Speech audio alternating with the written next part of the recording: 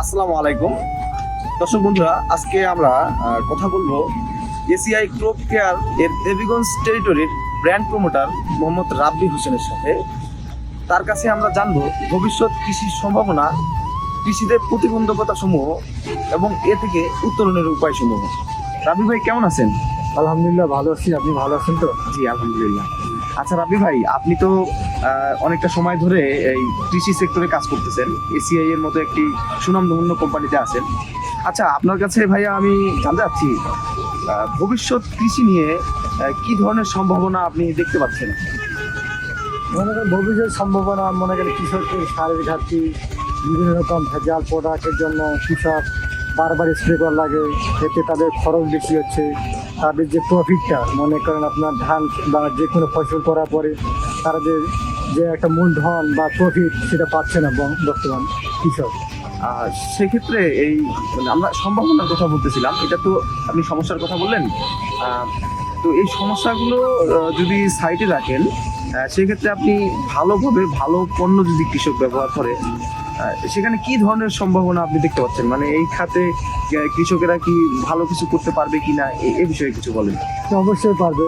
কৃষক যদি ভালো মানের প্রোডাক্ট বা ভালো কোম্পানি ব্র্যান্ডের যে কোনো প্রোডাক্ট ব্যবহার করে অবশ্যই লাভবান হবে, এবং তাদেরকে ভালো মানের প্রোডাক্ট দেখে শুনে নিতে, ভেজাল প্রোডাক্ট নেওয়া যাবে না। এখন এতে তাদের লাভবান হবে, তাদের প্রফিট অথবা আপনার বেনিফিট, যে তাদের খরচটা কম হচ্ছে, এতে লাভবান হচ্ছে ভবিষ্যৎ। কিন্তু ভাই অনেক কৃষকই তো এই যে ভালো পণ্য কিংবা নকল যে পণ্যগুলো, এগুলা তারা কিভাবে চিনবে? তারা তো আসলে অনেকে এইসব সম্পর্কে ধারণা কম রাখে।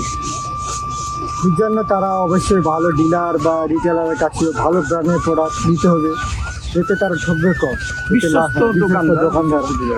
যা অনেক সময় অনেক ভেজাল বা ভাই কম রেটে দিচ্ছি এটা নিয়ে যান, এটা করানো যাবে না। এটা করলে অবশ্যই কৃষক লস হবে। মানে মূলত আমরা এখান থেকে বুঝলাম যে অসাধু কিছু ব্যবসায়ের জন্য কৃষকরা ক্ষতিগ্রস্ত হচ্ছে। তারপরে আপনি ভাইয়া বললেন সারের যে বিষয়ে, এই সারের কিন্তু নতুন নীতিমালা প্রণয়ন হয়েছে। এর আগের নীতিমালা অনুযায়ী কৃষক যেভাবে সার পাইতো, সেই নীতিমালাগুলো কিন্তু চেঞ্জ হয়ে গেছে। এখন নতুন নীতিমালা অনুযায়ী শুধুমাত্র ডিলার সার বেচবে। এই বিষয়ে ভাই আপনার মতামত কি? অবশ্যই ডিলার হচ্ছে আপনার সারের মাধ্যমে কৃষক যখন যাচ্ছে, তাকে মনে করে একটা কৃষক উনি করেন দিনে পারিশ্রমিক করে নিয়ে 500 থেকে 700 টাকা পায়। উনি একটা ডিলারের কাছে যখন যাবে, তো অবশ্যই ভাই একদিনে অনেক লস হচ্ছে। একদিনে তার কি হাজিরাটা, সারাদিন হাজিরাটা চলে যাচ্ছে, সারাদিন ধর্ণা দিতে হয় ডিলারে, আর ধর্ণা দিয়েও সার পায় না, এরকম যাচ্ছে না। এর জন্য তাদের লস হয়। এতে কি তাদের সার ঠিক মতো পাচ্ছে না, যতদূর তার সারের পরিমাণ দরকার সেটি পাচ্ছে না। আচ্ছা, সারের বরাদ্দ কিরকম আছে আমরা তো সেরকম জানি না। সামনের সময়গুলো থেকে সারের সংকট আসতে পারে বলে আপনি মনে করেন? সংকট আপাতত নাই, সেই পরিমাণে সার আছে কৃষক ক্রিয়ার কাছে, ডিলারের কাছে। আমরা নিউজে দেখলাম ভাইয়া সারের গ্যাসের দাম নাকি বেড়েছে। তো সেক্ষেত্রে কি সারের উৎপাদনে কোনো বাধা আসবে বা দামে কোনো পরিবর্তন আসতে পারে সামনের সময়ে?